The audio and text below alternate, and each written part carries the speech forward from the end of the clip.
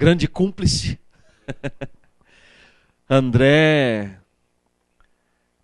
muito amado aqui na Sagrada Família, fundador da comunidade Pantocrator de Campinas,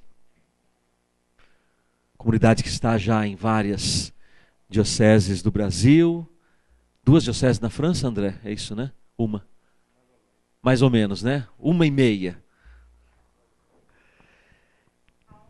Na França, Fréjus, diocese de Avignon e Fréjus. Fréjus. Comunidade que logo completa 23 anos.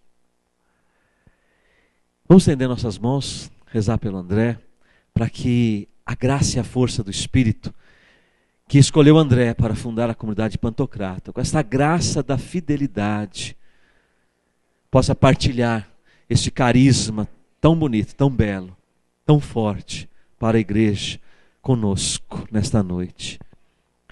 Derrama, Senhor, sobre o André o teu Espírito, Senhor. Enche, Senhor, o coração do André, para que ele possa pregar, Senhor. Pregar com unção, pregar com desassombro. Pregar com destemor, Senhor. Que toda a graça, Senhor, da tua fidelidade, passando pelo André, Senhor, nos ajude a cada um de nós a sermos famílias fiéis. Fiéis ao teu projeto.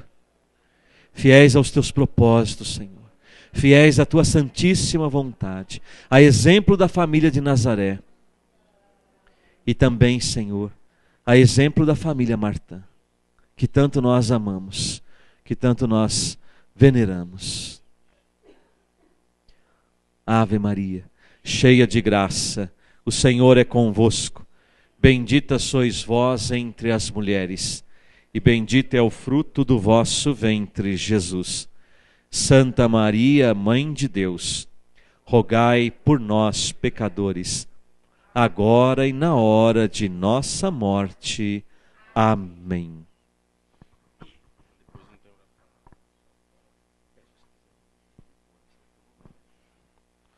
Boa noite a todos. Pode sentar-se.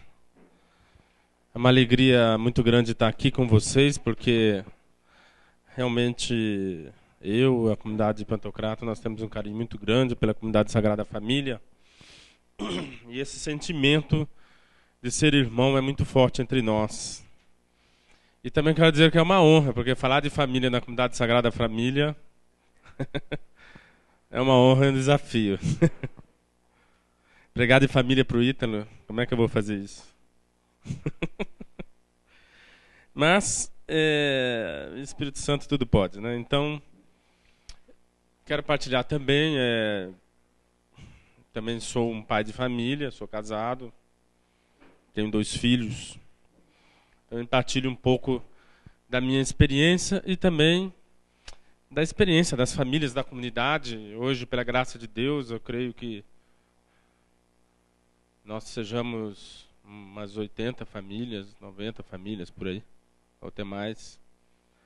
Então a gente tem também essa experiência comunitária das famílias. E a primeira coisa, então, falar sobre a transmissão da fé na família. Eu quero só fazer uma observação antes de entrar na questão da fidelidade. Falar um pouco da transmissão da fé. Uma reflexão: a fé judaico-cristã faz parte dela esse dinamismo de ser transmitida pela via da tradição. É interessante que desde da tradição judaica, os pais transmitiam aos seus filhos a sua fé. E é interessante que o próprio cânon bíblico, aquilo que Cristo nos deixou, foi transmitido em primeira via, digamos assim, oralmente. É interessante porque os escritos bíblicos são tardios, de vários anos depois de Cristo. E então, tudo que Cristo deixou na verdade, foram ensinados oralmente e havia, inclusive, uma técnica para fazer isto, né? De tal maneira que isto é muito importante nós entendermos, que a fé cristã, ela tem um mecanismo próprio e intrínseca nela mesma de ser transmitida de pai para filho. Então, a fé, podemos dizer, judaico-cristã, traz em si esta graça. E que nós temos que usar, e que nós temos que ter uma real preocupação com o nosso chamado e a nossa responsabilidade de pais, de transmitir, por quê? De transmitir esta fé, porque esta fé, ela, sobretudo, vamos dizer assim, o ambiente propício, o ambiente primeiro para a fé ser transmitida é esse. É o ambiente da família. Vocês sabem, a família é o lugar privilegiado da transmissão da fé. É o lugar privilegiado. E esta fé, ela vai ser transmitida muito mais do que como ideias, ela é transmitida como vida. E isto é intrínseco à fé. Mas para isso, é importante que nós estejamos atentos a investir os nossos esforços, o nosso tempo, e quero dizer, o nosso dinheiro, com a transmissão da fé aos nossos filhos. Porque uma cilada no mundo em que nós vivemos, no mundo de competitividade, de consumo, é muitas vezes nós estarmos ligados na preocupação de dar aos nossos filhos um futuro social, um futuro econômico, um bem-estar, uma capacidade de se situar adequadamente na competitividade do mercado. São preocupações que os pais têm para com seus filhos. Preocupações estas que em si mesmo não há erro, porque faz parte do contexto do mundo que nós temos. Mas muitas vezes nós estamos focados nessas preocupações e esquecemos a grande preocupação que é transmitir a fé aos nossos filhos. E o que significa isso, muitas vezes, é investir esforços, tempo e até dinheiro. Eu digo dinheiro porque, inclusive, você pagar um retiro para o seu filho, não ter medo de gastar dinheiro, se for necessário, para ajudar a fé do seu filho. Não ter medo de enfrentar, vamos supor, hoje está frio, o frio da noite para levar seu filho num grupo de oração adequado para ele. E seja lá o que for. Entende? Nós temos que ter como, em primeiro lugar, esta preocupação, porque quando nós falamos de fé, nós falamos de eternidade. Quando nós falamos da fé dos nossos filhos, nós estamos falando da eternidade, porque nós nos preocupamos tanto com o futuro, com a previdência, quando nós vamos ficar velhos, como será a nossa velhice. Mas nós muitas vezes esquecemos daquilo que é muito mais, que é a eternidade dos nossos filhos. E isso deve ser a nossa primeira preocupação. E para isso nós temos que transmitir a fé. Só que para nós transmitirmos a fé, é preciso ter fé e conhecer a fé. Isso é fundamental. E aqui está. Os pais precisam crescer na fé e conhecer a fé para que possam transmitir a fé a seus filhos. E é interessante isso porque, e cada vez mais, eu acho que a experiência de pais de vocês, às vezes eu sou interpelado por perguntas dos meus filhos que, sinceramente, eu fico pensando, né? Um pai, eu tenho a graça de ter um conhecimento razoável das coisas da fé. Eu fico pensando, como é que os pais respondem tal pergunta? Eu não sei como é que o pai vai responder, porque às vezes vem umas perguntas que são complexas. E se você não tem um conhecimento de fé razoável, você não tem uma resposta adequada. Entende? E veja bem, e é aquilo que eu dizia, hoje, por exemplo, A semana meu filho foi ter prova de matemática. Ele está aprendendo de matemática, eu não sei. Eu não lembro mais. Entende? E graças a Deus minha esposa lembra e ajuda às vezes. Mas tudo bem, o lugar adequado de aprender a matemática é na escola. Entende? Lá é o lugar adequado.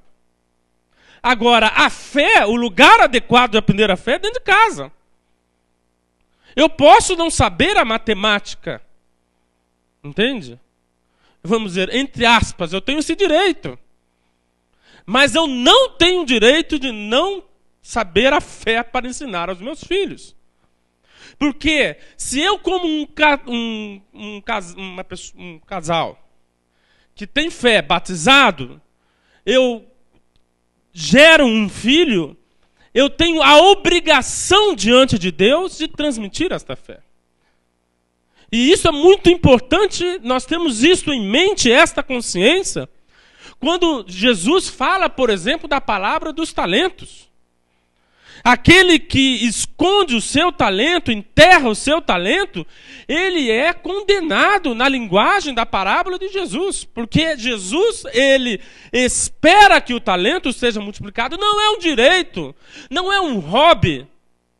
É uma exigência intrínseca da paternidade, da maternidade. Entende? É uma gravíssima responsabilidade dos pais, daqueles que são batizados, que transmitam esta fé aos seus filhos.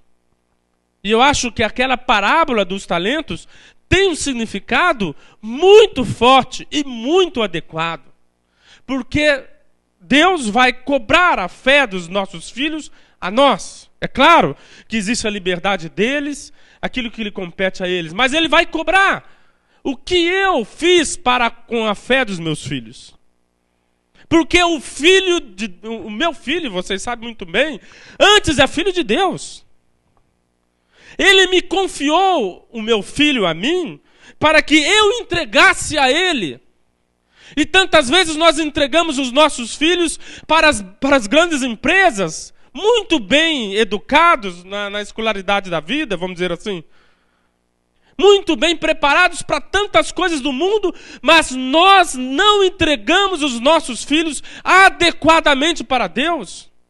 Porque muitas vezes estamos preocupados em investir em tantas coisas e não investimos na fé dos nossos filhos.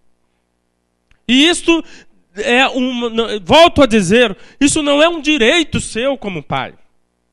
Isso não pode ser um hobby, isso é uma gravíssima obrigação que nós pais temos diante de Deus, porque é filho de Deus, e é a Deus que nós vamos devolver esse filho. É como pensar, ainda seria muito inadequado essa comparação, você pensar uma mãe que vai viajar, vamos dizer assim, fica com o meu filho durante 2 anos, porque eu preciso que você cuide dele para mim. Ora, é claro que essa mãe, quando voltar, ela vai esperar que você cultivou a afeição desse filho para com ela, apesar, né? Vamos dizer essa história, né? Mas, quanto mais Deus, que confiou a nós, Ele espera que nós entregamos esses filhos dele para Ele. Entende? Portanto, é uma gravíssima obrigação nossa, e isso vai ser cobrado. Não espere ir na porta do céu e esta perguntinha, vamos dizer assim, não chegar. Né? Que fé que você deu e entregou aos seus filhos? Mas o meu tema de hoje é a fidelidade no contexto dessa transmissão da fé. E para nós entendermos a importância da fidelidade, para que nós possamos, então, transmitir adequadamente a fé aos nossos filhos, eu quero primeiramente fazer uma reflexão. O que é essencial no sacramento do matrimônio? O que é a coisa mais essencial dentro de uma família?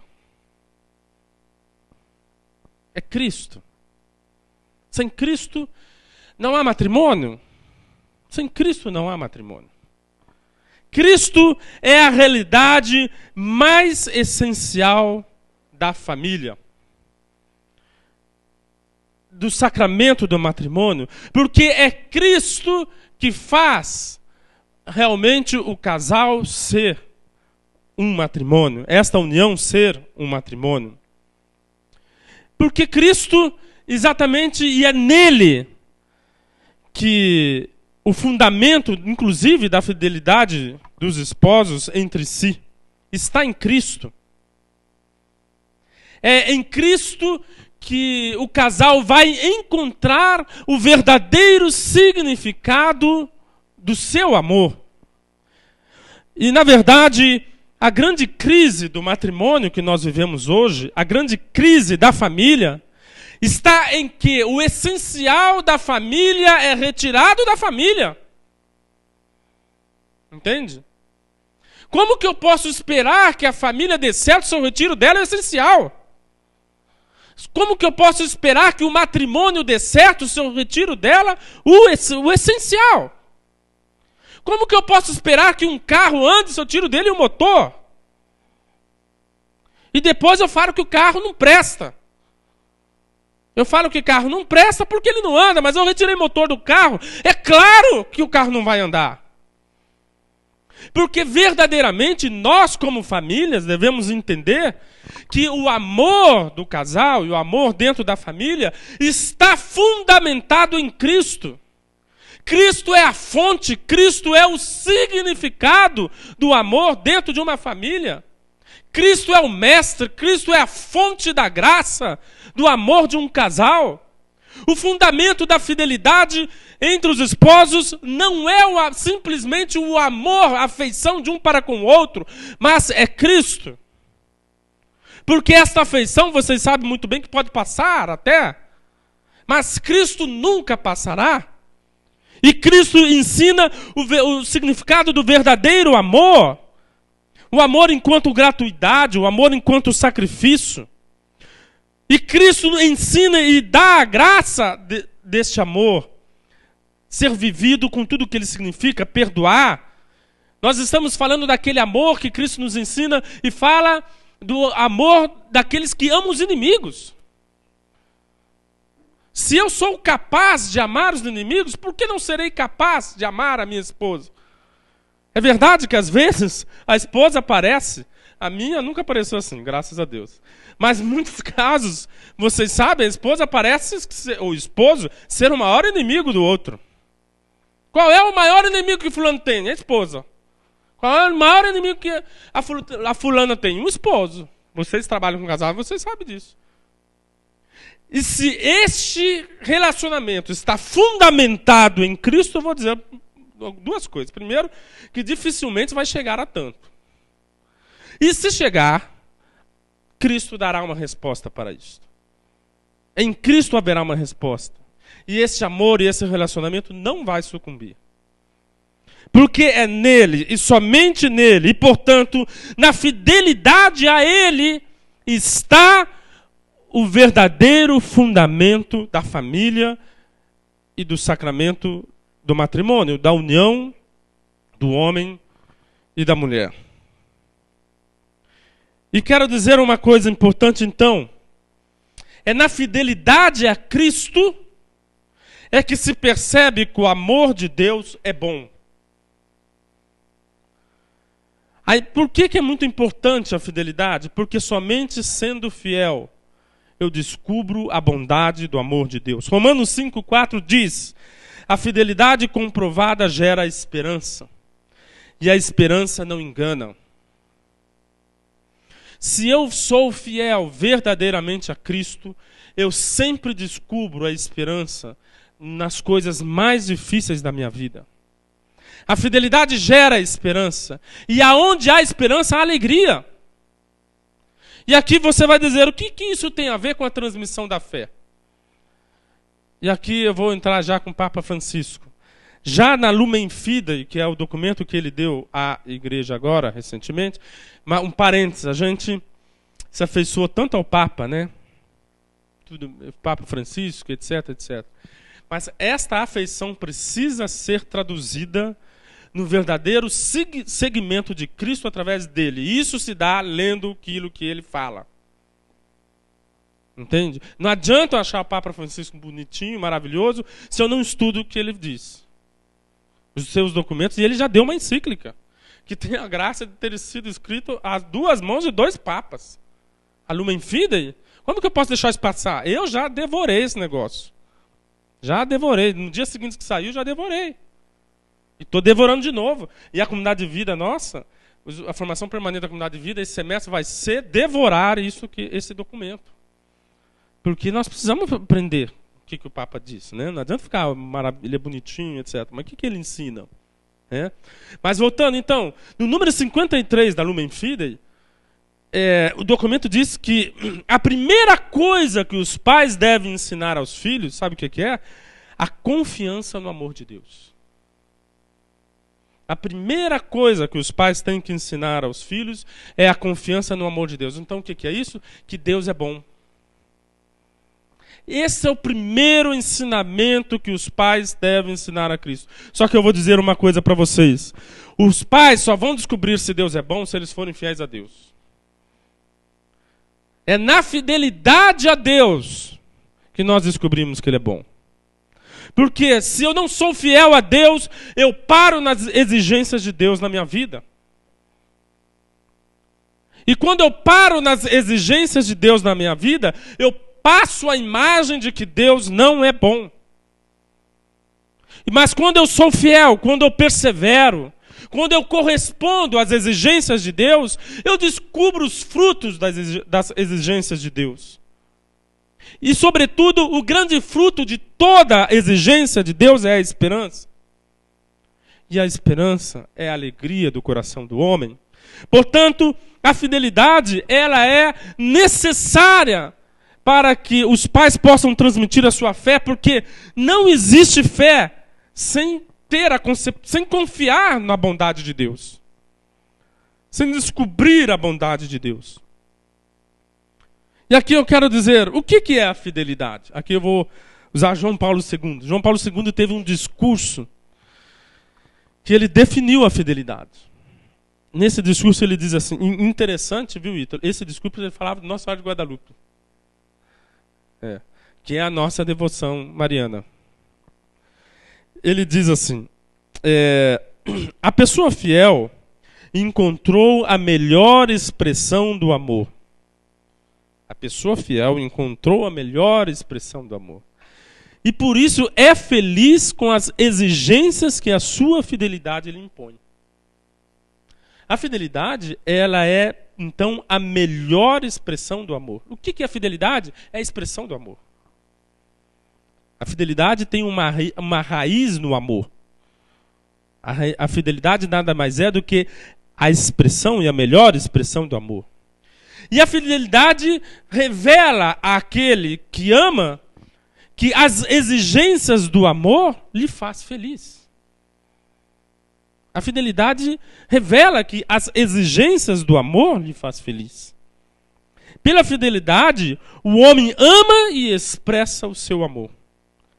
Não é questão de sentimentos passageiros, mas uma decisão não sujeita aos vais e vens da sensibilidade. Essa é a definição de João Paulo II. Portanto, a fidelidade é aquilo que ela expressa e revela o amor. Entende? E eu quero dizer, o amor de Deus e o amor que do amor de Deus flui, que é o amor entre o casal. A fidelidade que revela o amor e a alegria do amor. Então esse é o primeiro ponto. A primeira coisa que precisam os pais, segundo então o documento, as crianças, sobretudo aos filhos, já na idade muito pequena, é a confiança no amor de Deus. Segunda coisa fundamental na transmissão da fé é transmitir que vale a pena apostar neste amor de Deus. Os pais precisam ensinar aos filhos que Deus é bom. E o segundo passo, que vale a pena apostar na bondade de Deus. E apostar na bondade de Deus significa traduzir diariamente a opção da fé para as nossas vidas. Apostar em Deus, apostar na resposta de Deus para os desafios da vida, seja o mais simples lá de casa, aos grandes desafios que a vida impõe, que a sociedade impõe aos filhos. Nós temos que ensinar a eles que vale a pena apostar naquilo que Cristo ensina. Cristo ensina o perdão, mas eu ensino ao meu filho não levar desaforo para casa. Entende? É contraditório. Não é a linguagem de Cristo, por exemplo. Entende? A linguagem de Cristo é bondade, é perdão. E nós temos que ensinar os nossos filhos, no momento de dificuldade, qual é a resposta diante de um problema financeiro, diante de um problema na escola. A sua primeira resposta é a fé. Entende? E nós temos que, então, ensinar os nossos filhos a apostar no amor. Quer dizer, a capacidade de traduzir a fé para a vida. Um documento muito importante para nós, como famílias, dado por João Paulo II, além do Familiares Consórcio, evidentemente, é o Christi Fidelis Lat, que é um documento que João Paulo II deu à igreja após um sínodo, uma reflexão dos bispos sobre a vida do leigo na igreja. Esse documento é importantíssimo, porque esse documento ensina o que é ser leigo na igreja. E nesse documento, João Paulo II diz que na verdade ele se inspira no Concílio Vaticano II, que um dos mais graves problemas da atualidade da fé é a separação entre fé e vida. A separação entre fé e vida. A incapacidade de traduzir na vida aquilo que se crê. Entende? E de fato esse é um dos maiores problemas que nós temos, né? Porque o que acontece, assim, complicando um pouquinho aqui, mas só para dizer assim, os católicos hoje são agnósticos práticos.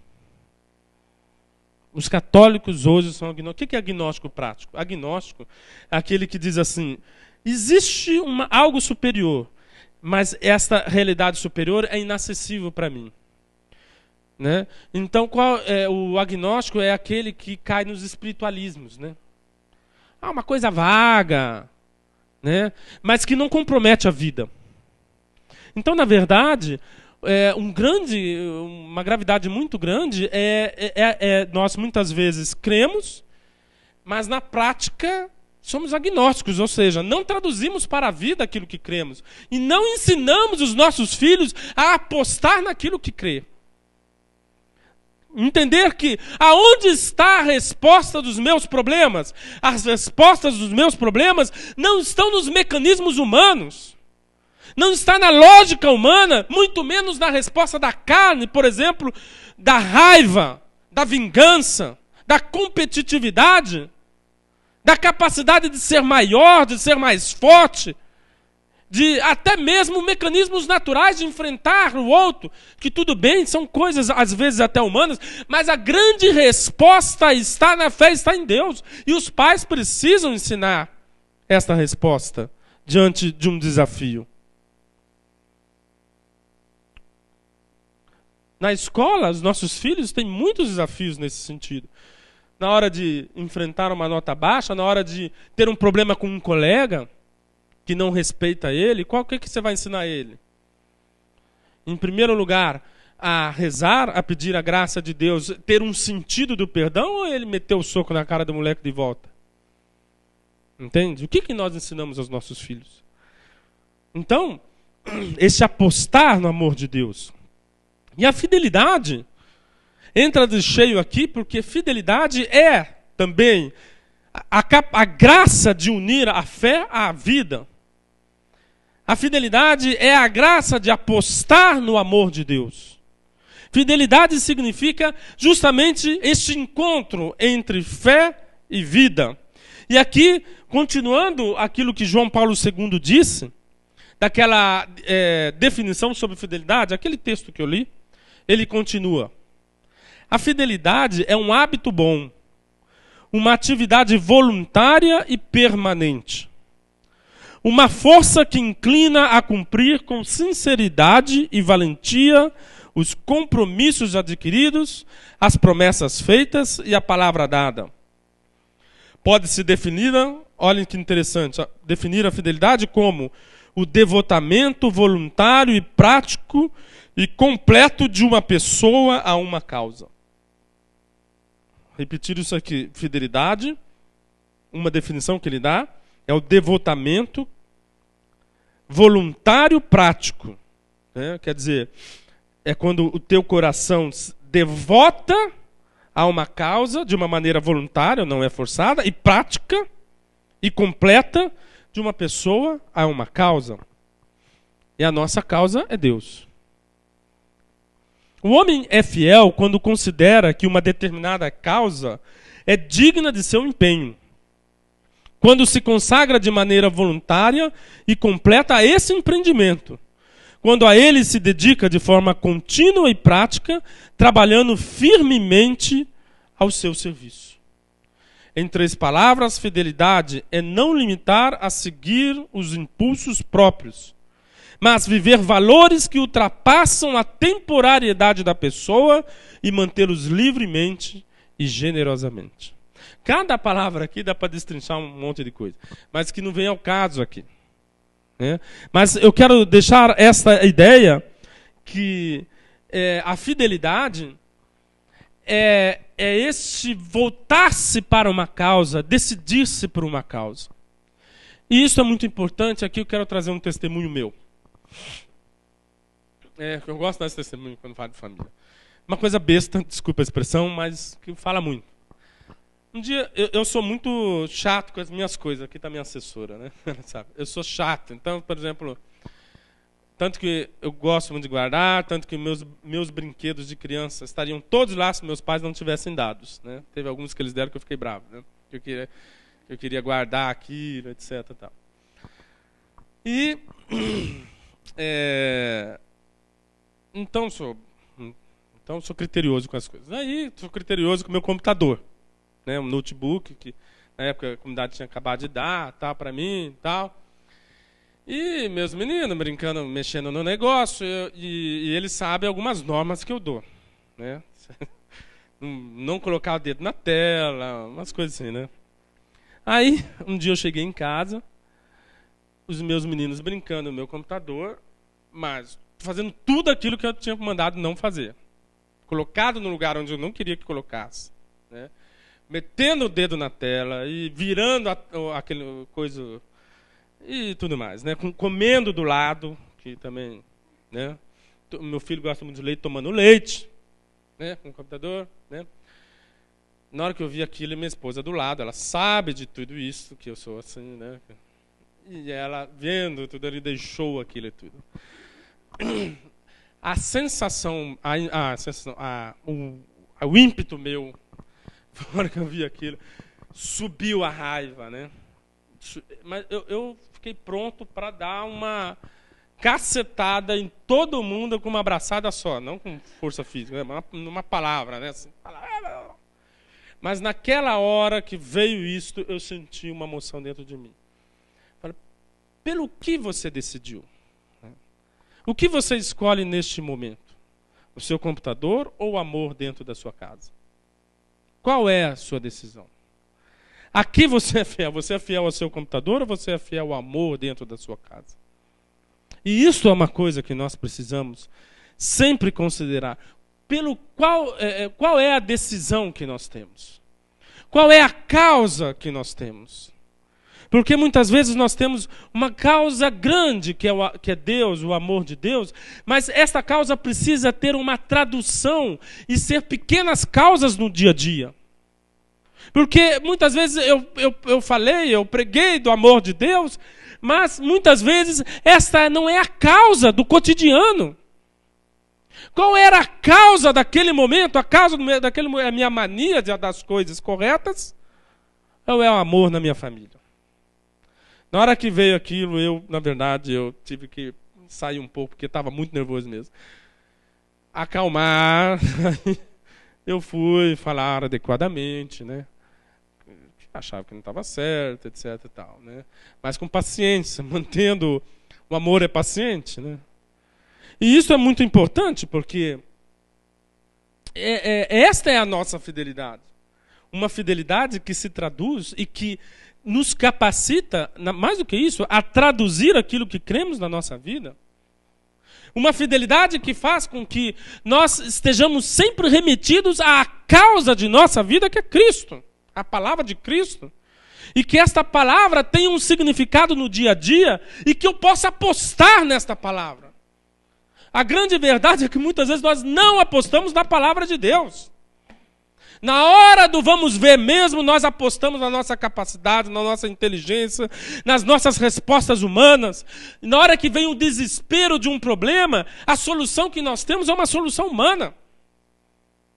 E nós precisamos ser fiéis, e ser fiel é apostar em Cristo, na palavra de Cristo, que Ele é o Senhor, que Ele é o fundamento, que Ele rege as nossas vidas.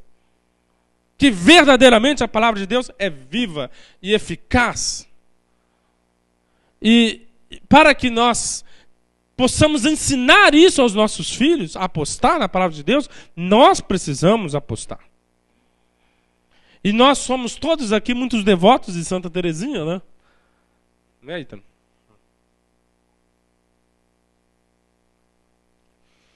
E um ensinamento fundamental de Santa Teresinha, na doutrina de Santa Teresinha, é exatamente esse. Porque o que Santa Teresinha ensinou ao mundo? Santa Teresinha ensinou ao mundo a apostar no amor. A fazer a aposta no amor. Em uma palavra, né, como ela diz, o amor é tudo. Entende? Santa Teresinha quis ensinar ao mundo que o amor é a solução para todas as coisas. E que as mínimas coisas da vida, as coisas mais insignificantes da vida, onde ela traz aquele exemplo, ela diz assim, um exemplo que para mim é marcante: pegar um alfinete no chão, se for feito numa atitude de amor, é redenção do mundo. Tudo para Santa Teresinha é amor. Tudo em Santa Teresinha remete à causa que é Deus. Vocês sabem, ela traz inúmeros exemplos. Ela está lá na liturgia das horas e uma irmã fica fazendo um barulho que irrita demais ela. Vocês lembram dessa história? E o que ela faz isso? Ela traduz isto em amor. Vocês sabem, ela cuidava lá de uma irmã que era muito chata, que ninguém queria cuidar, e a irmã não reconhecia o cuidado dela, toda a afeição dela. Como é que ela lida? Ela lida com amor, e ela chega a falar: eu não posso fazer melhor para essa irmã, porque eu faço como se eu faria para Cristo. Então Santa Teresinha, ela ensina esta fidelidade. Ela ensina esse significado do amor, então, de Cristo nas pequenas coisas. Eu quero dizer, Santa Teresinha ensina-nos a apostar no amor. Esse é um ensinamento fundamental de Santa Teresinha, apostar no amor. Então, aquela hora lá que eu estava com raiva no negócio do computador, apostar no amor. Na hora dos problemas da vida, apostar no amor. Na hora dos conflitos matrimoniais, apostar no amor. E isto é um ensinamento, porque quando nós apostamos no amor, nós vemos a graça do amor.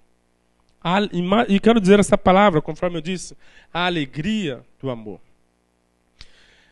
Eu vou passar... Quanto tempo eu tenho ainda?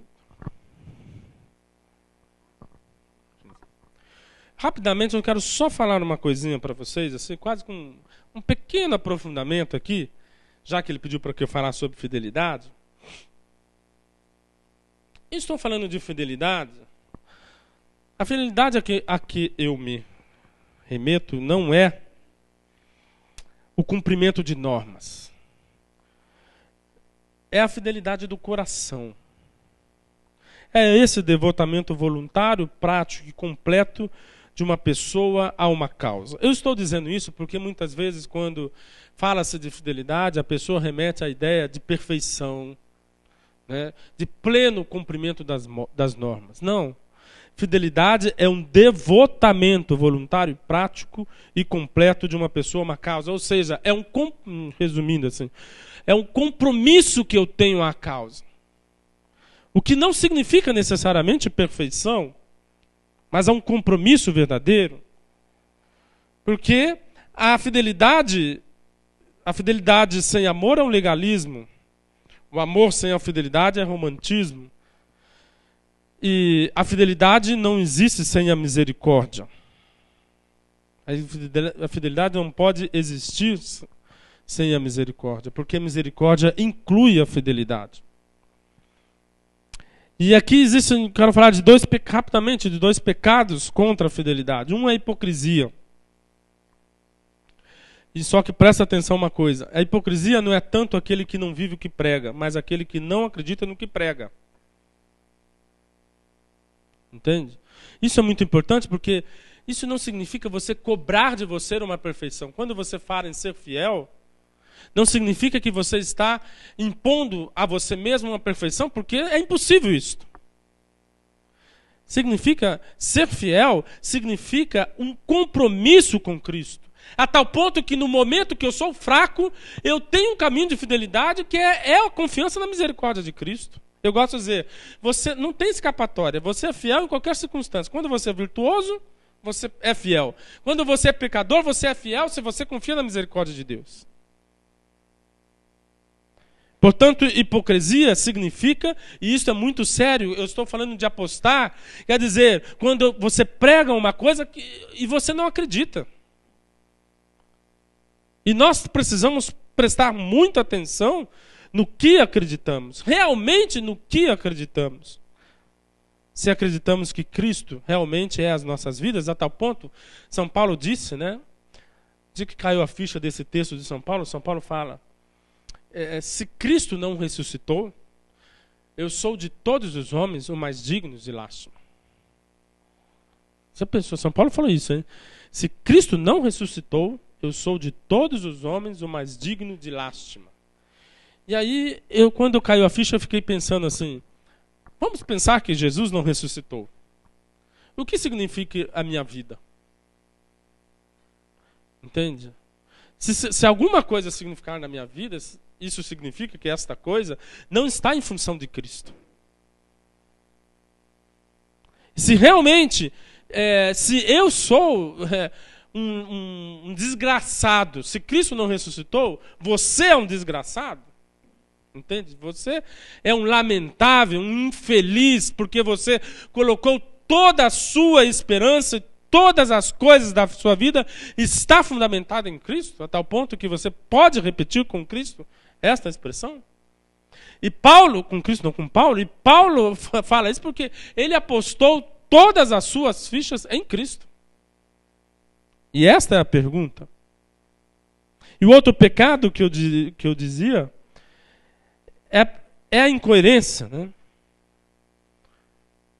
O pecado contra a fidelidade. A coerência aqui é um pouco...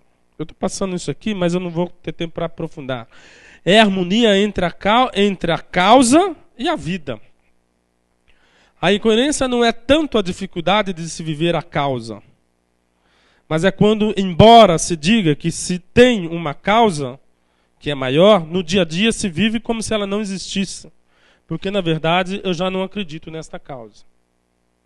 O incoerente é aquele que, na verdade, está muito em face da hipocrisia, quando ele não acredita mais na causa a qual ele se diz fiel. A terceira coisa fundamental, quando se fala em transmitir a fé para os nossos filhos, é transmitir e ensinar que o amor de Deus é verdade e beleza. Então eu disse, a primeira coisa é, conforme disse o documento recente, né, ensinar a confiança no amor de Deus. A segunda coisa é ensinar que vale a pena apostar no amor de Deus. E a terceira coisa, ensinar que o amor de Deus é verdade e beleza. E isto é muito importante na transmissão da fé, porque no tempo que nós vivemos de relativismo, é muito importante que os nossos filhos entendam que o amor só é verdadeiro quando ele nasce da verdade, e a verdade é Cristo. E aqui eu quero trazer uma citação de João Paulo II, de um outro documento, Redentores Homines. O primeiro dele, ele diz assim: quando o homem busca o amor sem a verdade, ele trai a si mesmo, ele se destrói. Quando o homem busca o amor sem a verdade, ele trai a si mesmo, ele se destrói. Portanto, ensinar a confiar no amor, ensinar a apostar no amor de Deus, significa necessariamente ensinar que este amor é uma verdade. Ou seja, não é uma abstração que nasce de qualquer intenção, nasce de Cristo, objetivamente da palavra de Cristo. E isso é muito importante nós ensinarmos hoje. E de que maneira que nós ensinamos isso? Primeiro, através da catequese. A catequese é fundamental para se ensinar o amor enquanto verdade. O segundo ponto é o testemunho de vida. O testemunho de vida.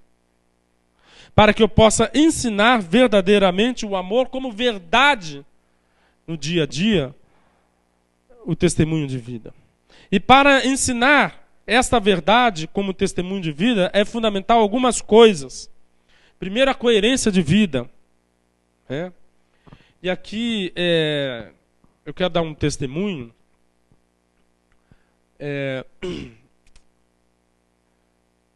Eu lembro muito bem, na verdade, eu sou filho dos meus pais.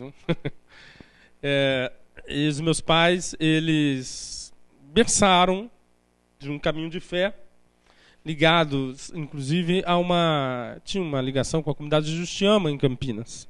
Né? E eu tinha os meus amigos, que eram filhos de outros casais. Né? Quando eu tinha a idade de vocês aí, os filhos do Ítalo, mais ou menos, os filhos de vocês, eu tinha meus amigos que eram filhos de outros pais de caminhada. E quero dizer para vocês, eu vi muito desses amigos abandonarem a fé. Filhos de casais que têm fé. Ou, se não abandonar a fé, é abandonar o ardor da fé. E sabe por quê? Por causa da falta de coerência dos pais. Porque quando o pai ensina a fé, mas ele não vive a fé, na verdade, ele denigre a fé na consciência do filho. Ele destrói a fé do filho.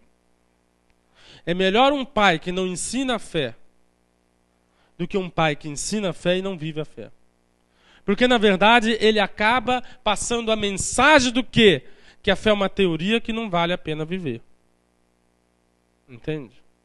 E isto eu ouvi com os meus olhos, e não como pai, como filho. Entende? Como isto é importante e fundamental nesse ensino do amor, da fé como verdade, e verdade que eu quero dizer aqui como fundamento, sustento da vida do homem, resposta para todas as coisas, é fundamental a coerência dos pais. E nesse sentido ainda, é fundamental que os pais sejam em suas casas geradores da cultura da fé. E aqui está. As famílias precisam ser lugar aonde se gera a cultura da fé. A cultura das virtudes. Ensinar as virtudes aos filhos. Hoje fala-se muito de valores e pouco de virtudes. E aqui é preciso, nesse sentido, sobre a cultura da fé, prestar muita atenção no entretenimento, né, na diversão. Existem alguns pensadores cristãos dizendo o grande espaço na modernidade do pecado entrar na vida dos jovens é no entretenimento.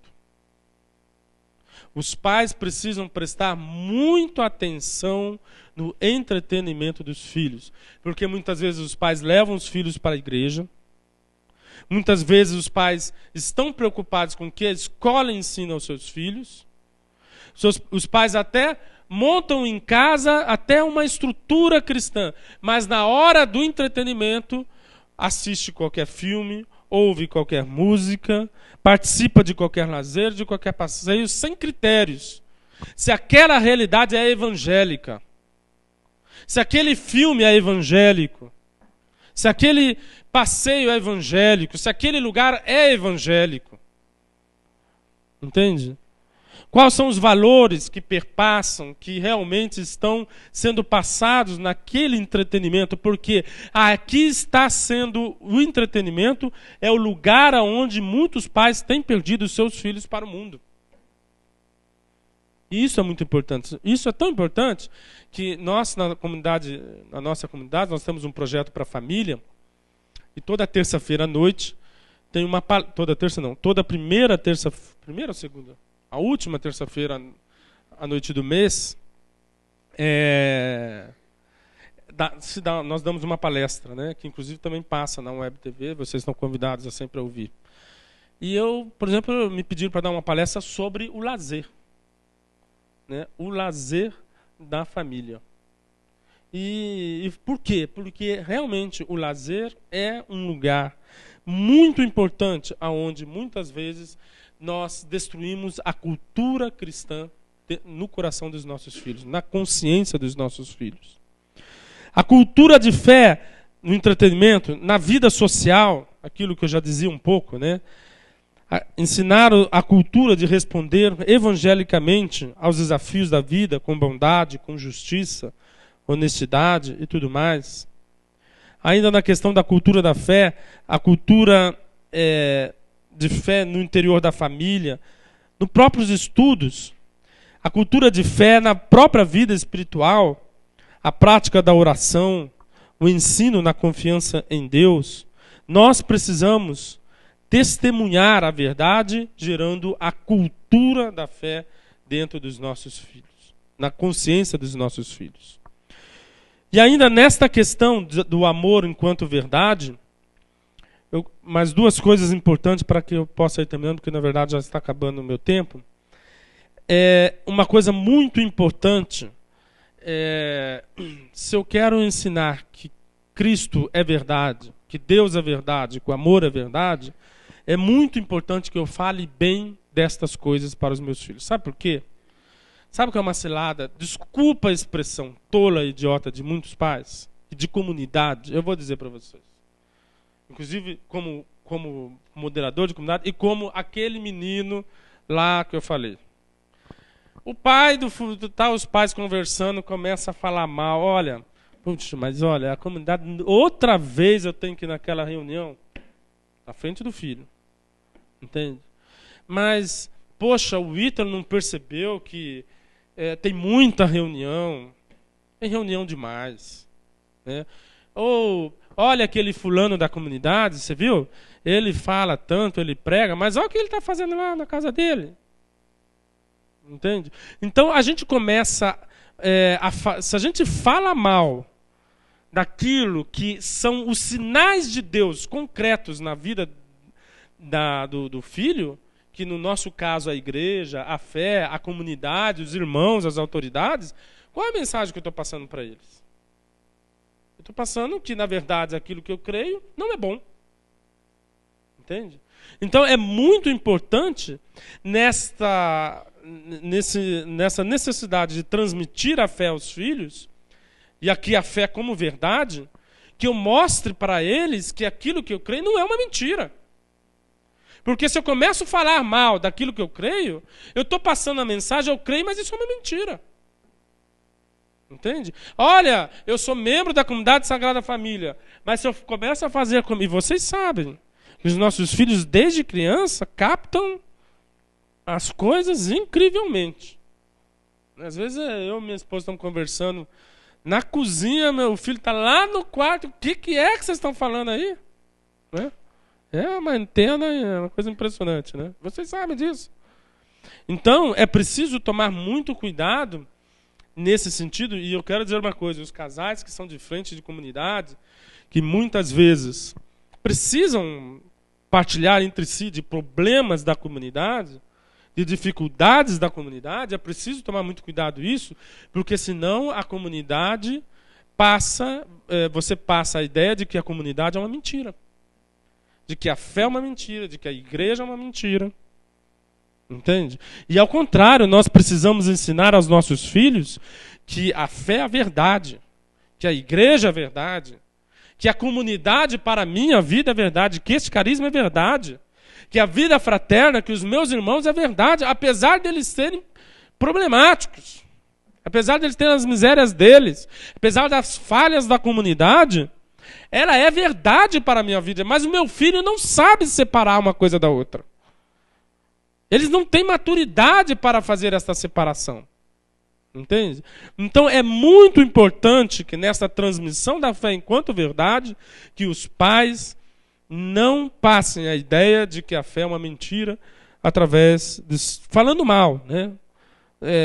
Das coisas que são sinais de Deus para elas. E por fim eu quero dizer, nessa transmissão da fé enquanto verdade, é muito importante que os pais transmitam a fé como alegria, que vivam os compromissos da fé com alegria.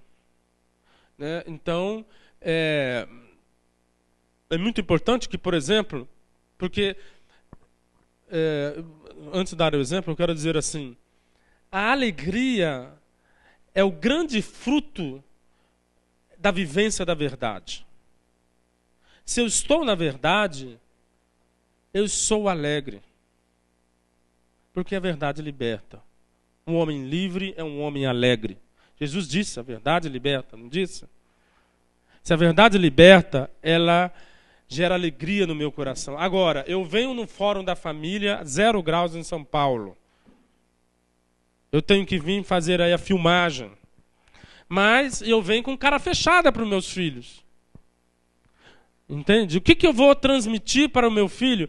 Que a minha fé, eu não falei mal, mas eu estou transmitindo que isto não é alegria. Se isso não é alegria, eu estou dizendo isso não é verdade. Entende? Nós comunicamos esta mensagem aos nossos filhos, que as coisas da fé não são alegria, se não são alegria, não são verdade. Estão entendendo? E por isso, nesse quesito, ensinar o amor de Deus como verdade e beleza, é muito importante que os pais transmitam a fé como fonte de alegria. Porque se nós transmitimos a fé como fonte de alegria, eu ensino para o meu filho que a fé é verdade. Estão entendendo isso?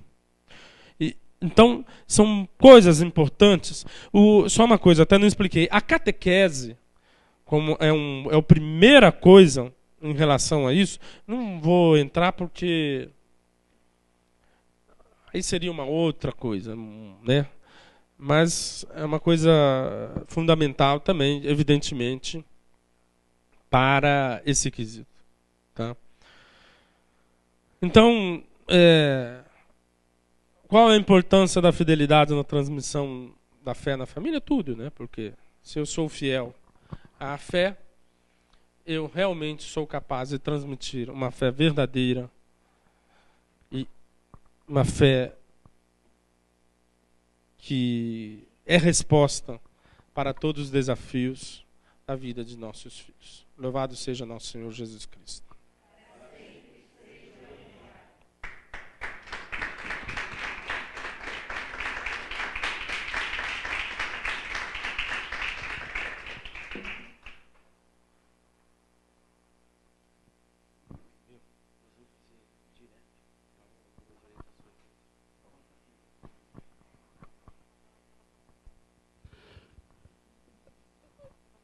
Eu só tive de cortar o tempo do André, porque a gente precisa voltar para casa, porque a vontade é continuar ouvindo.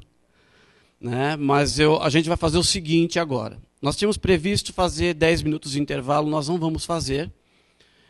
A gente vai preparar agora para ocupar a mesa, vai eu, o Ítalo, o André, mas o Rodrigo já está colocando, nós temos 18 famílias, tem a missão de Santos também, né? Tem as missões, 18 famílias, vai ter mais pessoas acompanhando. Online. Então, o que a gente está pedindo agora é que já preparem as perguntas, porque o tema é bastante rico. Então a ideia, nós temos 20 minutos para fazermos as perguntas. É lógico, né? A pergunta, a ideia é que se dirija sobre o tema, especificamente até mais para o André.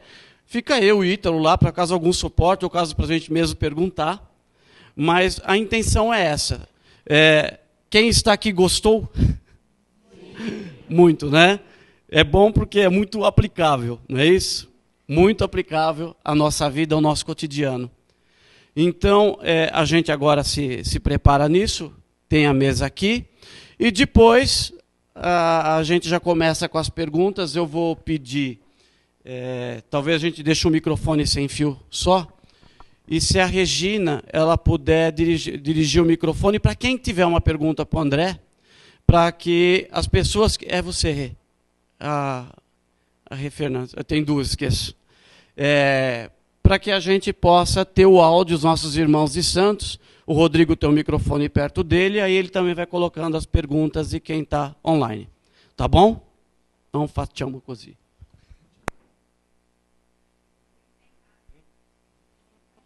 Isso. Ele vai pôr a imagem aqui.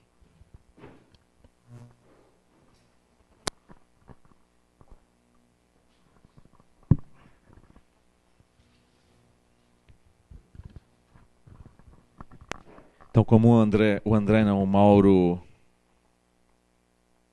Mauro colocou, né, nós vamos trabalhar assim. A composição da mesa hoje comigo, o André e o Mauro.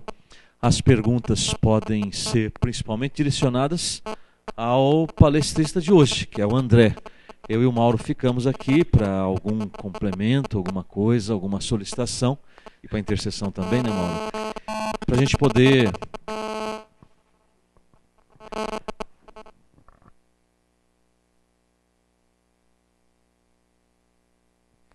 E aí os nossos irmãos que estão acompanhando pela internet, seja pelo chat da Web TV ou pelo Facebook, podem transmitir as perguntas e o Rodrigo faz através do microfone. O Mauro falou que nós tem aí 18 famílias espalhadas pelo Brasil, mas também temos várias famílias reunidas juntas na missão de São José do Rio Preto e também na missão de Santos, graças a Deus, e várias famílias Pantocrator acompanhando o nosso fórum. Então fica aberto o microfone ali na internet e também aqui no salão. André, Luiz e a Jane, aqui do Morumbi de São Paulo, perguntam quais, no seu ponto de vista, quais os desafios que nós enfrentamos na educação da fé com filhos adolescentes.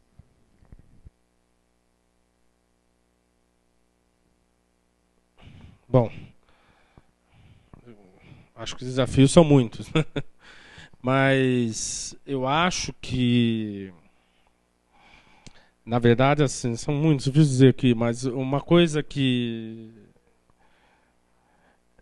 é importante entender que o adolescente é um ser que está buscando a sua identidade. E ele está rompendo, há uma ruptura dele com os pais, e por dizer isso, né, mais necessário, porque ele está buscando a identidade dele, que não é mais a identidade dos pais. Portanto, é uma hora fundamental que ele descubra que na identidade dele é essencial a figura de Cristo, né, nessa descoberta da identidade dele. Agora, como que isto vai se dar, né? Aqui eu acho algumas coisas, desde coisas práticas, que, por exemplo, nessa busca de identidade, o adolescente ele precisa de referências, né? E aí, se ele tiver ícones e referências do mundo, ele vai buscar esta identidade do mundo. Então é muito importante que os pais tentem trazer para os seus filhos referências de Deus, né? Referências de virtude para os filhos adolescentes, que eles possam ter como ícones positivos que vão construir uma identidade positiva para os seus filhos, né? E aqui eu acho que essa coisa do ícone, desta referência de personalidade, de pessoas que edificam o seu filho, é uma luta que os pais devem ter.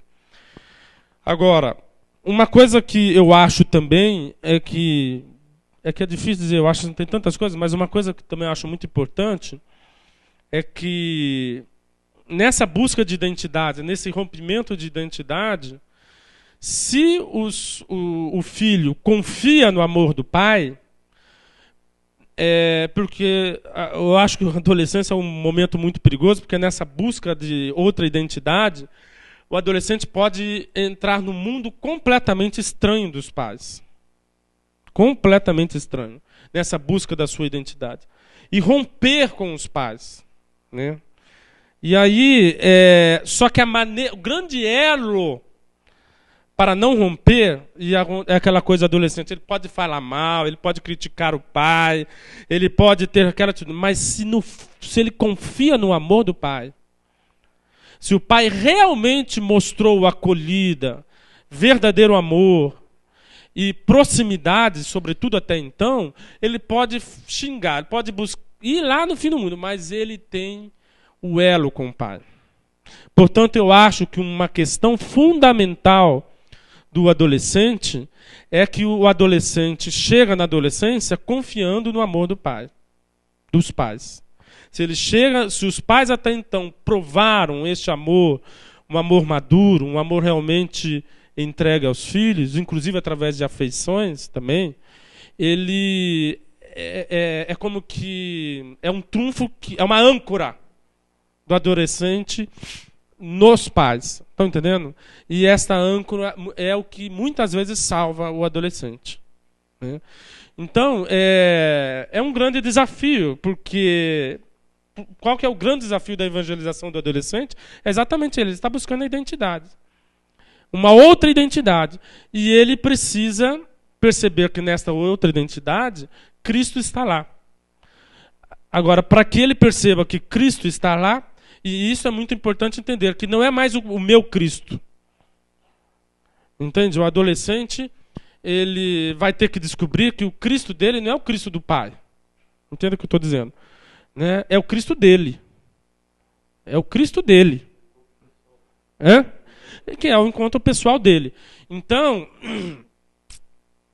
é um desafio, é uma hora muito perigosa, mas que através de tantas coisas, dentre elas, eu acho que essas duas, a título de um exemplo prático, um exemplo assim um pouco mais profundo, que é essa questão do amor, são coisas importantes no sentido de ajudar o adolescente a descobrir que nesta identidade está o Cristo dele, que ele aprende dos pais.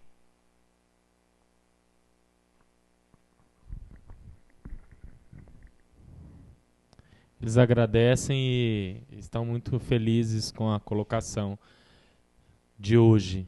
Acrescentou bastante para eles. Posso fazer mais uma? A Sandra Capobianco é uma irmã de comunidade nossa, está em casa com os filhos. Pergunta: transmitimos a fé aos filhos. O que fazer quando a escola não colabora? E aí o Marcos complementa, da nossa missão também de Santos, complementa como fica em colégios católicos que, além de não transmitirem essa fé com alegria, ainda ensinam outras coisas como o Halloween. Bom, realmente esse é um problema gravíssimo que nós temos, né? Eu acho que a igreja, nós tínhamos um espaço imenso de evangelização, que são as escolas católicas, que às vezes, ao contrário de evangelizar, desevangelizam. Eu acho que isso é um problema muito sério, só que eu acho que a solução disso, sabe o que é?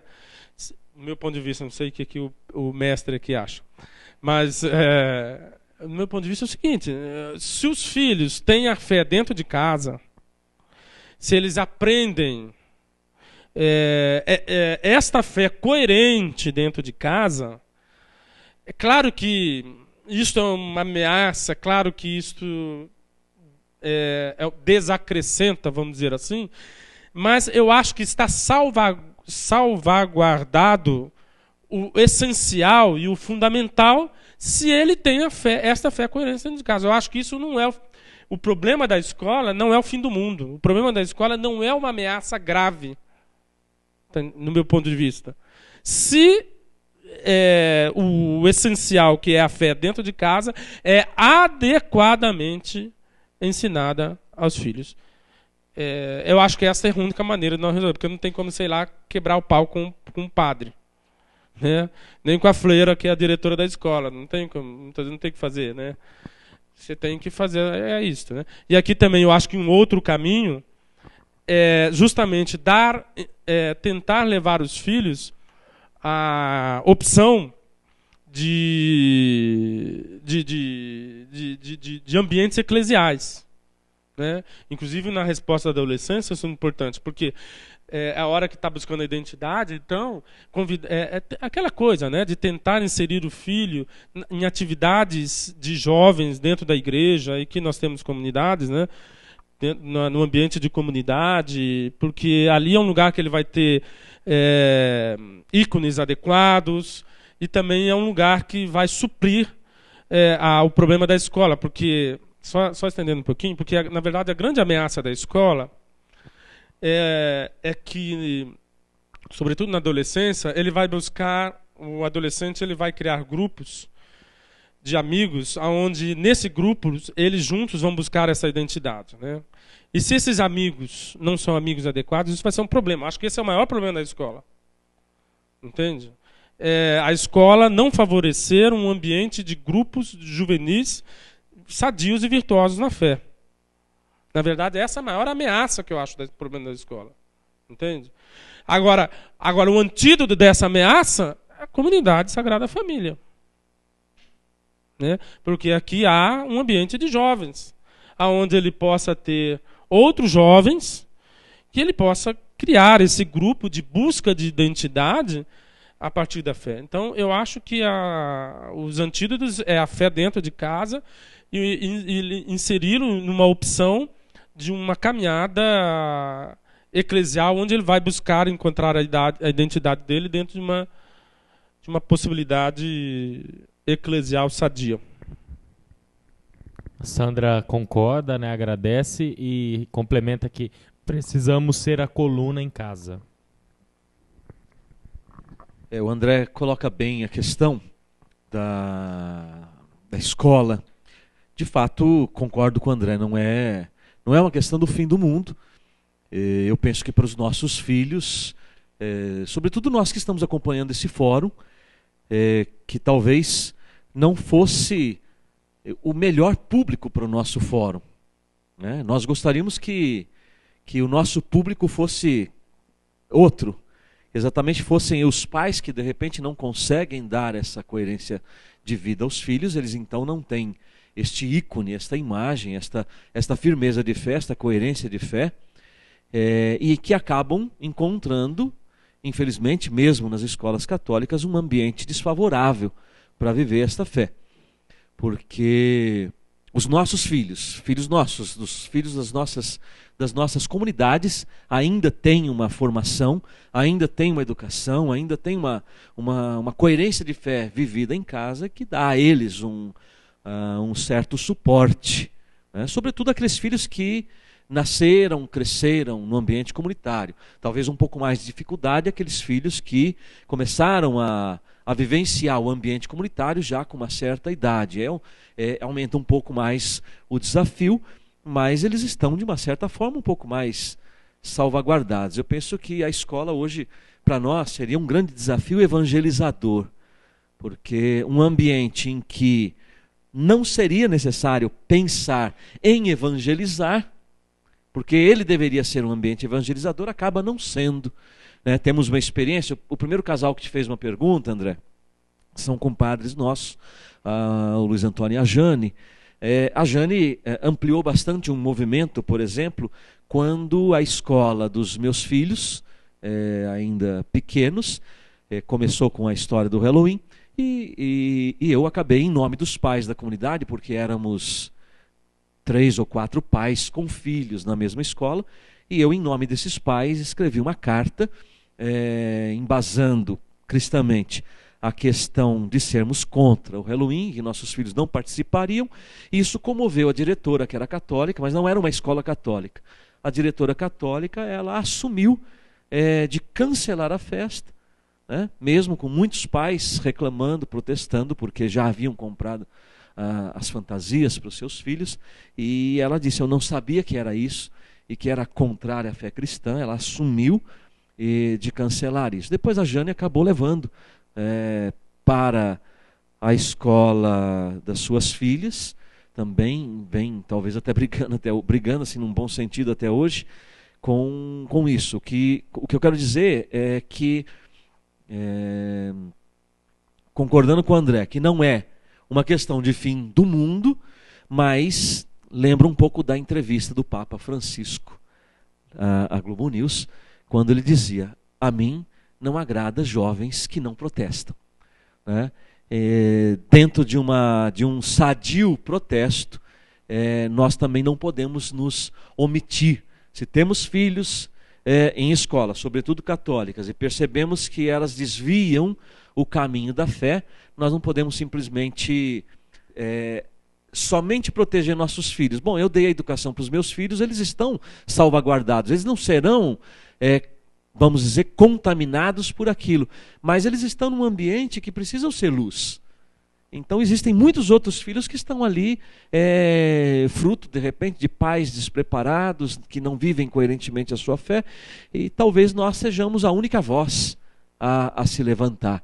Então eu penso que com sabedoria do Espírito, nós não podemos calar, nós não podemos nos omitir, e precisamos e de fato, depois a Jane pode até, num outro momento, testemunhar, porque eu admirei de fato todo o trabalho que ela fez e a amplidão que deu. E aquela minha carta depois, isso de anos atrás, ela foi, a gente acabou veiculando pela internet, e pais em outras escolas acabaram reproduzindo esta carta junto às diretorias das escolas, conseguindo cancelar muita festa de Halloween, por exemplo, né? Então acabou, até lá no sul, você lembra, a Chica mesmo, fundadora da comunidade Oase, eles pegaram aquilo, divulgaram na rádio, divulgaram nas escolas, e fez lá um certo barulho, dizendo: olha, nós pais cristãos católicos estamos acordados, estamos atentos a essas questões.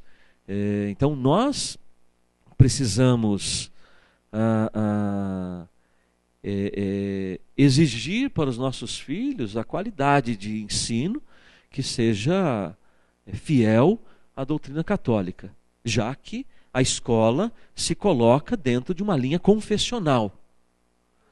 Se é uma escola de linha secular, você não vai poder mudar a linha da escola, mas ao menos você tem o direito, porque João Paulo II ele reforça bastante isso, e que mais do que um direito, podemos dizer um direito divino, é um direito natural dos pais de educar na fé. Eu costumo dizer, antes do dever de educar na fé, nós temos o direito. Então nós não educamos simplesmente por dever, é nosso dever, mas acima de tudo é nosso direito. E nós não podemos abrir mão do direito de educar nossos filhos. E esse direito nos dá o direito de selecionar aquilo que nós queremos que os nossos filhos ouçam, vejam, participem ou não. Então a escola não tem este direito sobre os pais. Esse direito é fundamental, é primordial por parte dos pais. Então não se omitir, né? Não achar que é também o fim do mundo, porque se as escolas católicas não evangelizam, nós somos comunidades católicas e temos todo um potencial, junto com a igreja, junto com todas essas iniciativas. Veja a iniciativa de Dom Petrini com a Semana Nacional da Família, convocando todos os diretores para incluir nos seus currículos a Semana Nacional da Família, né? Então, cruzar os braços não, ficar calado não vamos fazer guerra, nem guerra santa, mas vamos dar testemunho coerente de fé, sem nos omitirmos, porque dessa não omissão pode depender a salvação de muita gente, muitos coleguinhas dos nossos filhos nas escolas. Só concordo plenamente. Só quero dizer uma coisa interessante. O cúmulo do roubo desse direito não é só quando a escola, até mesmo secular, extrapola o direito dos filhos, sabe? É quando o Estado, por exemplo, coloca algumas leis que é próprio do Estado socialista, como, por exemplo, aquela lá da palmada. Porque o que está acontecendo ali? O Estado está entrando dentro da casa do sujeito e está dizendo como que eu vou, dentro da minha casa, vai dizer como que eu vou educar meu filho. Nós vivemos um absurdo hoje na sociedade que não restringe a escola, mas está entrando dentro das nossas casas o Estado e querendo ensinar como educar nossos filhos. É claro que ali tem coisa ali, preserva. Claro que os pais não podem espancar os filhos, mas isso já está na lei, entendeu? Mas às vezes acontece que o pai tem que usar um pouco de força.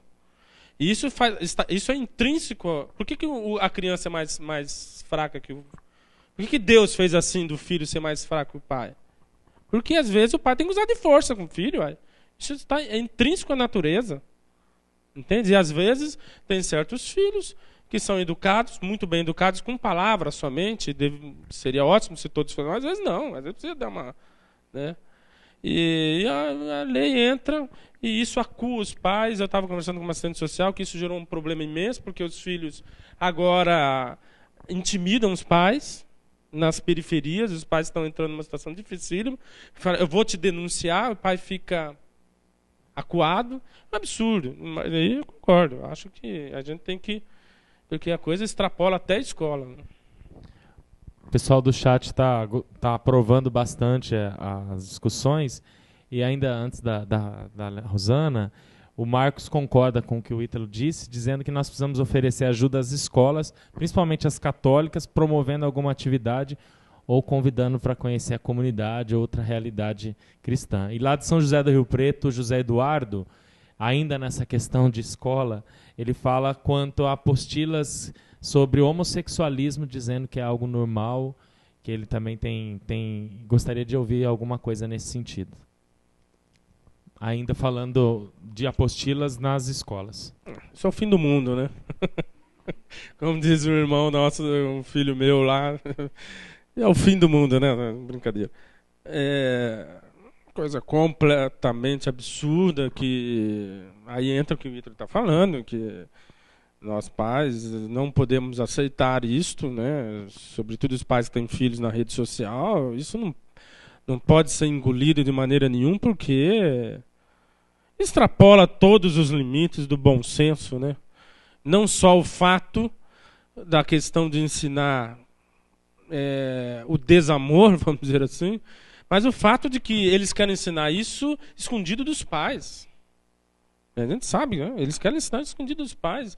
Quer dizer, a afronta à paternidade, à autoridade da paternidade, claramente...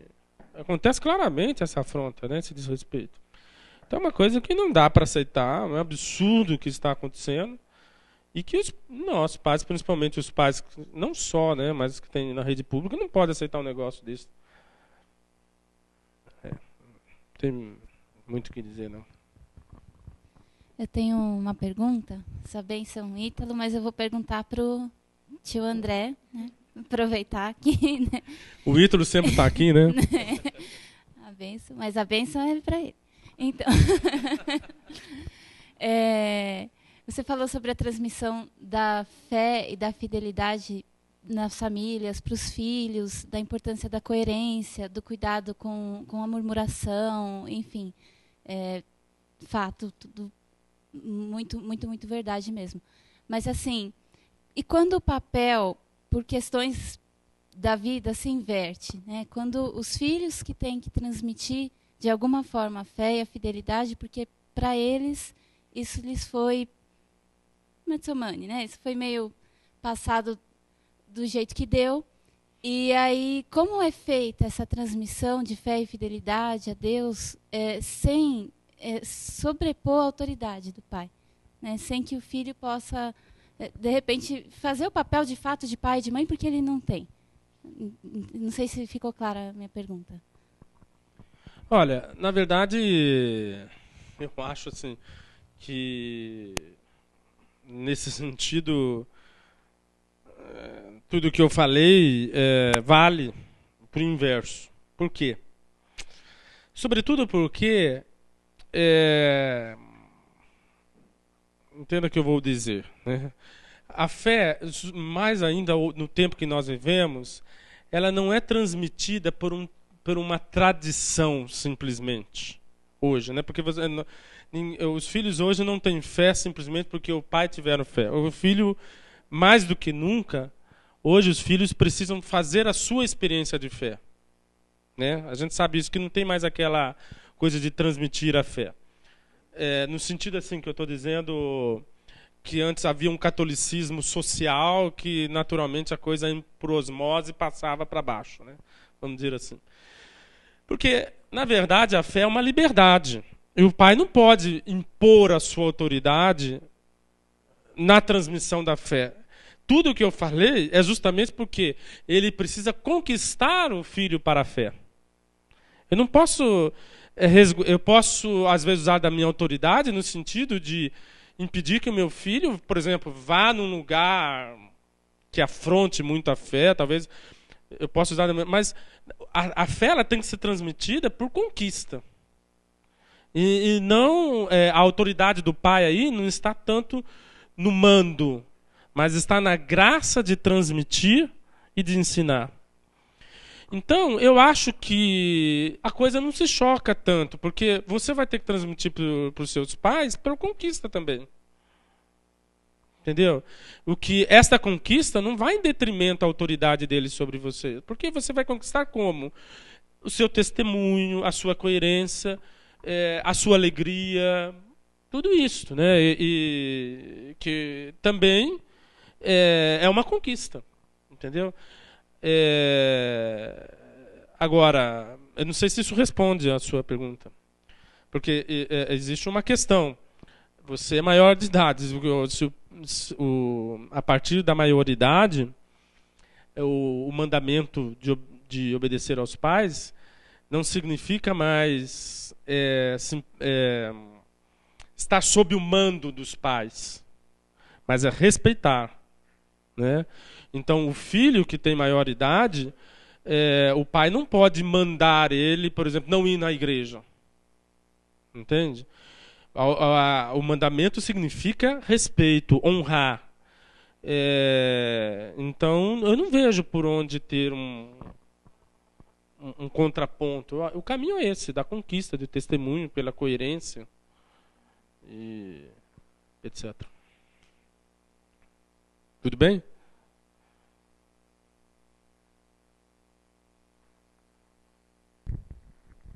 A Sandra partilha aqui que é preciso tomar cuidado nessa linha que o André está falando, com o que está cada vez mais sendo incentivado pelo governo. A criança em tempo integral na escola. Pretende se tornar dispensável a presença dos pais. Um comentário. Esse é um problema gravíssimo da nossa sociedade, né?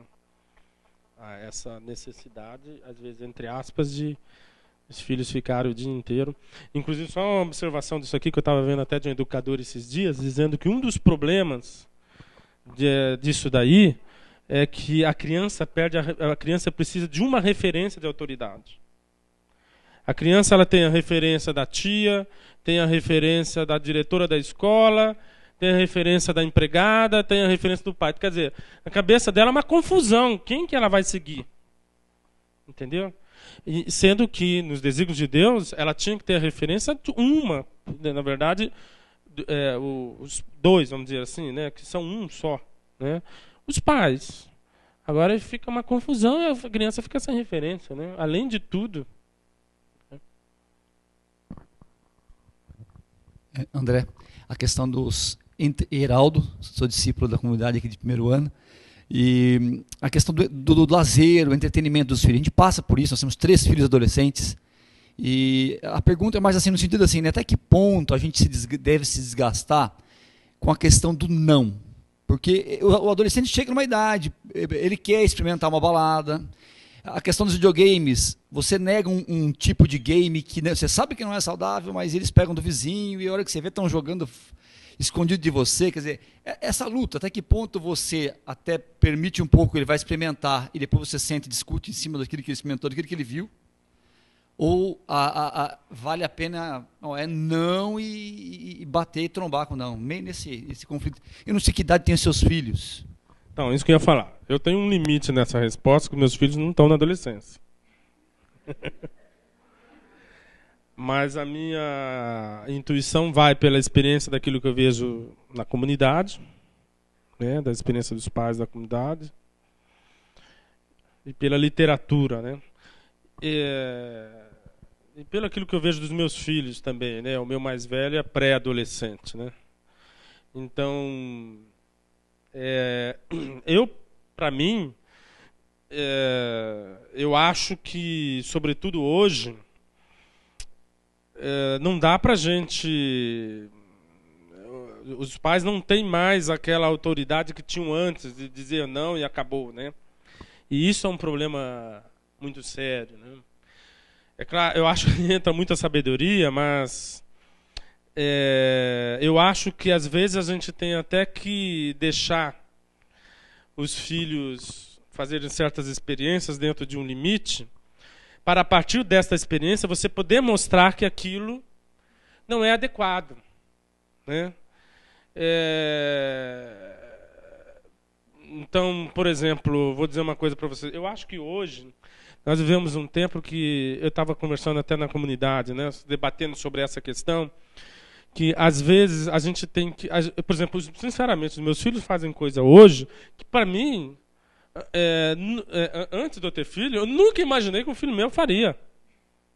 Você está entendendo? No sentido assim, meu filho foi jogar um jogo de videogame que eu tive que aceitar dele jogar, né, que para mim é um absurdo, né? Mas que era um jogo que tinha tiro e tal, né? Para mim extrapolava o nível de violência. Mas eu acho que nós vivemos uma sociedade tão massificante em certas coisas que a gente não consegue manter esse limite. Você sabe melhor que eu, né? E eu acho que aí a gente tem que ter sabedoria de ver qual é o limite que você tem que não abrir, aquelas coisas que você não abre mão e impõe a sua autoridade, e aquelas coisas que você abre mão porque não tem como você não abrir mão, mas muito atento e muito sob a graça de Deus, para aproveitar um momento de você mostrar, olha, eu aceitei isso, filho, porque você queria muito, mas olha como isso não é bom. Você não acha que isso não é bom? Eu vou dizer uma coisa para vocês assim, sobre esse vídeo. Aconteceu, eu estou dando esse exemplo porque aconteceu essa semana. Não era o jogo lá, né, mas aquele menino lá falou que aquele menino que supostamente matou os pais, que eram policiais, jogava um jogo de videogame violentíssimo, né? Aqueles extrapolantes, né? E o meu menino comentou que ele teve essa informação, e daí eu já peguei a deixa. Olha, filho, você está percebendo por que eu não quis? Daí eu até cheguei, olha como eu cheguei. O jogo que você está jogando não é o jogo que ele está jogando. Não é tão violento. Porém, você começa a jogar esse jogo aqui, daqui a pouco você está achando normal isso, você vai querer o outro lá. Daqui a pouco você vai depois querer o outro lá. E você vai estar achando normal este comportamento. Peguei outros exemplos de outras situações, no sentido de mostrar para ele que aquilo que ele está jogando não é adequado. Então eu acho assim que às vezes a gente, no meu ponto de vista, a gente tem até que ceder e pedir que o anjo da guarda até proporcione situações que você possa mostrar para ele que a experiência que ele teve não foi boa, não é boa, entende?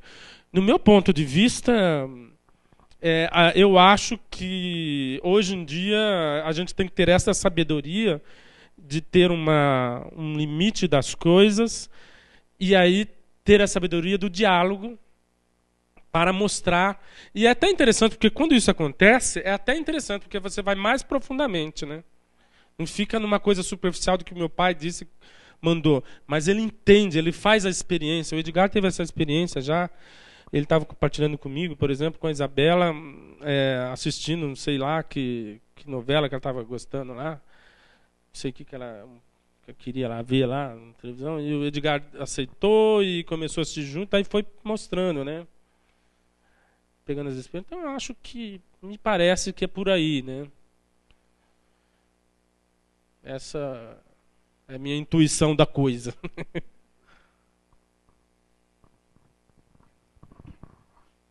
Tem mais alguma pergunta aí? Uma última para a gente fechar?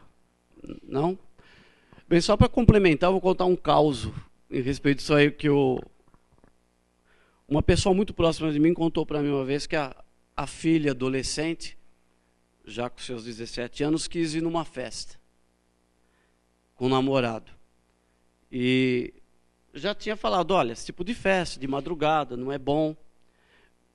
Mas a pessoa apontou para ela, olha, não está na tua idade. Aquilo que o André estava dizendo, já não dá mais para proibir você. Fica na tua liberdade. E essa filha foi, e lá no baile ela acabou brigando com o namorado, porque tinha muita menina, as meninas dando em cima do namorado dela. E depois o pai contava que a filha partilhava, não, as roupas das meninas, as meninas se jogavam em cima. E o que foi colocado para isso como conclusão? Olha, a escolha tem a sua consequência. Né? Então, eu acho que tudo isso que a gente está partilhando hoje mesmo do André, quando você entra com o filho mais jovem e saindo da adolescência, é mais ou menos como a criança quando começa a andar, porque a criança, você tem duas opções, ou você vai deixar ela no andador até os 10 anos de idade, ou você solta ela e você se prepara, porque ela vai sim bater a cabeça no canto da mesa, ela vai bater a cabeça na estante, ela vai cair, ela vai bater a boca no chão, mas você não vai proibir ela de andar em função disso. Então, eu creio que para nós, acho que tem que ficar essa mensagem também. Né? É o grande desafio. Como o André disse que ainda não tem os filhos adolescentes, acho que muitos de nós temos, a gente partilha muito disso, né? Esse grande desafio. Para nós pais, também dá uma sensação muitas vezes de pular de bungee jump, de dar um frio na barriga, porque você tem de confiar na tua fidelidade a Deus. E de que Deus vai cuidar, mas dentro dessa coerência, né? De que você fez a lição de casa, de que você falou o que é branco, o que é preto para o filho.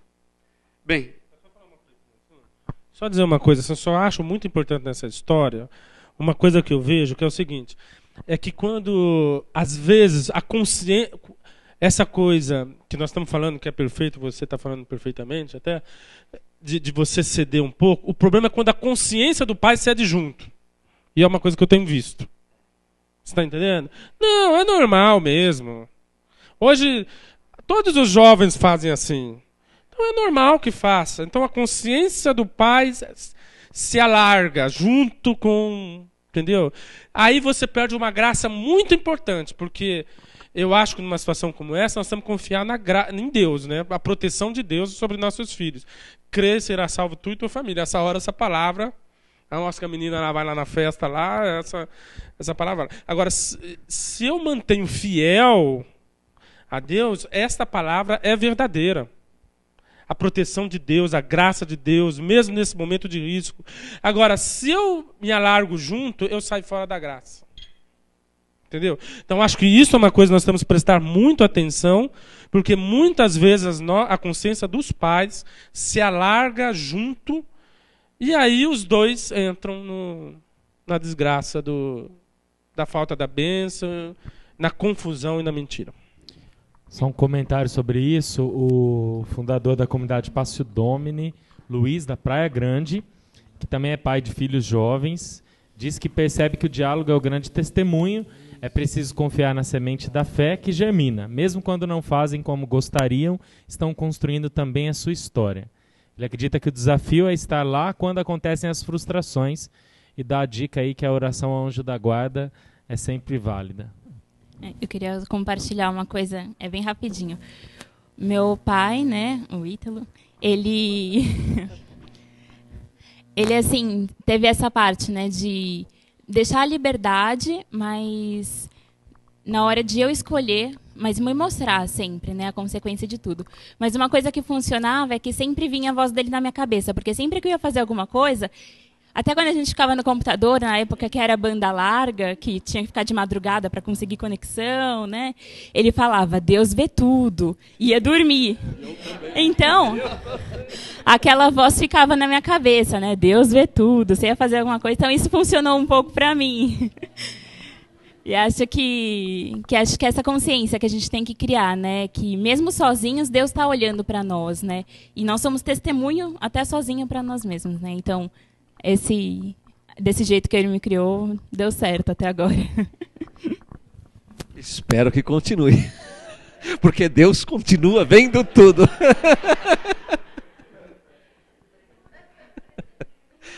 Eu vejo quase tudo, Deus vê tudo.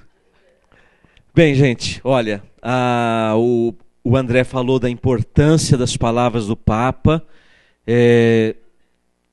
Estava esgotado aqui na comunidade, chegou hoje. Palavras do Papa Francisco no Brasil. Já temos aqui na nossa livraria. E este documento que precisamos, de fato, como disse o André, devorar. Lumen Fidei, um documento escrito, isso é quase que praticamente inédito, se não totalmente inédito na igreja, um documento do Magistério Pontifício escrito por 2 papas, né? À luz da fé. E que tem uma coisa muito interessante nesse documento, que aí ao longo do nosso fórum também a gente vai aprofundando. Nós já ouvimos tantas vezes esta expressão, a fé é um mergulho no escuro. Quem não ouviu isso ainda? Todos nós talvez tenhamos já ouvido isso. Aqui o Papa diz, a fé é um mergulho na luz. A fé é um mergulho na luz. Só para você ter uma ideia o que tem aqui dentro. Tá? Nós já temos então esse documento na nossa livraria. Estamos hoje iniciando uma ação entre amigos? Uma ação entre amigos, entre irmãos. Pega lá, Vano Arley, a sua obra de arte, o pai da matéria. Nós iniciamos hoje uma ação entre amigos para ajudar na campanha da meta da comunidade. A Regina Fazanella está com a lista. Nós vamos fazer o sorteio quando vendermos tudo. São 10 mil números, né, Rê? São 100 números. Isso aqui é do que a comunidade tem investido através do ateliê de artes e ofícios. E este quadro em mosaico foi feito pelo Vano Arley.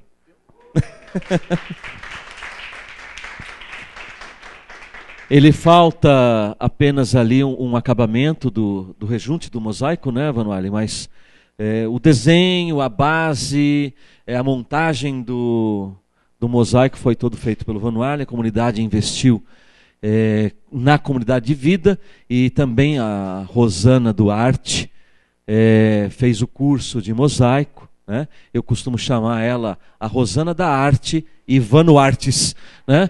Que são os nossos artistas aí. Também tem a Rosana, a Nona, quem mais está? A Sandra Ferros, até as meninas menores, né? A Regina Fernandes, enfim, estamos investindo. E o nosso ateliê de artes e ofícios, Luiz e Zélia Martã, porque os dois, Luiz e Zélia, trabalhavam manualmente o ponto de Alençon e a relojoaria e joalheria. Então, neles nós temos essa inspiração. Lá fora temos o nosso bazar do ateliê, e então nós vamos fazer a ação entre amigos para sortear este quadro, este belíssimo mosaico, né, que no mínimo vale $1 milhão, mas você vai adquiri-lo por apenas R$10. Tá bom? Converse com a Regina no final. Se alguém pela internet quiser, pode também adquirir. A Regina coloca o nome, o telefone, e você confirma fazendo um depósito ou acertando aí na casa de missão. Tá bom? Muito bem, eu queria agradecer em nome da comunidade você que nos acompanhou pela internet, pacientemente. Espero que tenha gostado. Amanhã, vocês não percam. Amanhã não é o André, mas amanhã você vai ter a fé provada. Mas amanhã nós continuamos neste fórum. E no sábado nós teremos o encerramento com o Ítalo, né? Toda a igreja, praticamente, no Brasil, ela está tratando esta semana de família, ela está respirando família. Fica o nosso convite para que você esteja conosco. Vocês aqui que vieram nesse calor de São Paulo, quem é de Rio Preto aqui, o Biló, ele deve estar morrendo de saudade, né, deste calor de São Paulo. O meu agradecimento em nome do Ítalo, ao André, a esposa dele, que vieram pelo Sim. Não é a esposa, assessora. André, Deus lhe pague. Eu creio que vale uma salva de palmas para Jesus pela fidelidade do André, porque abriu com chave de ouro. Tenho certeza que sábado vamos fechar com chave de ouro. Então, amanhã, às 8 horas, a gente marcou 8 horas, nós começamos com o terço. Hoje passamos 10 minutos do previsto. A previsão de término são 10h15 da noite. Tá bom? Você que veio aqui, chame mais alguém. Você que está nas suas casas, convide mais alguém, compartilhe pelo Facebook o link. O fórum está sendo transmitido. O objetivo de fórum é a gente compartilhar, a gente crescer junto, e eu acho que a gente vai conseguir, e estamos conseguindo fazer isso. Pedir a bênção. Amém. Obrigado, André. A sua fidelidade, a fidelidade de Pantocrator, nos faz mais fiéis. Viu? Obrigado. Deus te abençoe. Então, juntos, peçamos a bênção de Deus sobre nós, sobre você que nos acompanhou até agora. E continuamos aí, enfrentando o frio. Convide mais pessoas, venha aqui para a sede da comunidade, convide mais pessoas pelo Brasil através da internet. Vamos disponibilizar também através das redes sociais o link da aula de hoje para você também compartilhar. E amanhã, nosso segundo dia do fórum, com o Mauro e a Sandra, dando sequência aqui, a fé traduzida na vida. O Senhor nos abençoe e nos guarde.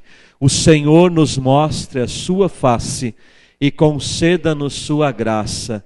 O Senhor volte o seu rosto para nós e nos dê a paz. E nos batize no Espírito Santo. Amém. Em nome do Pai, e do Filho, e do Espírito Santo. Amém. Até amanhã, se Deus quiser.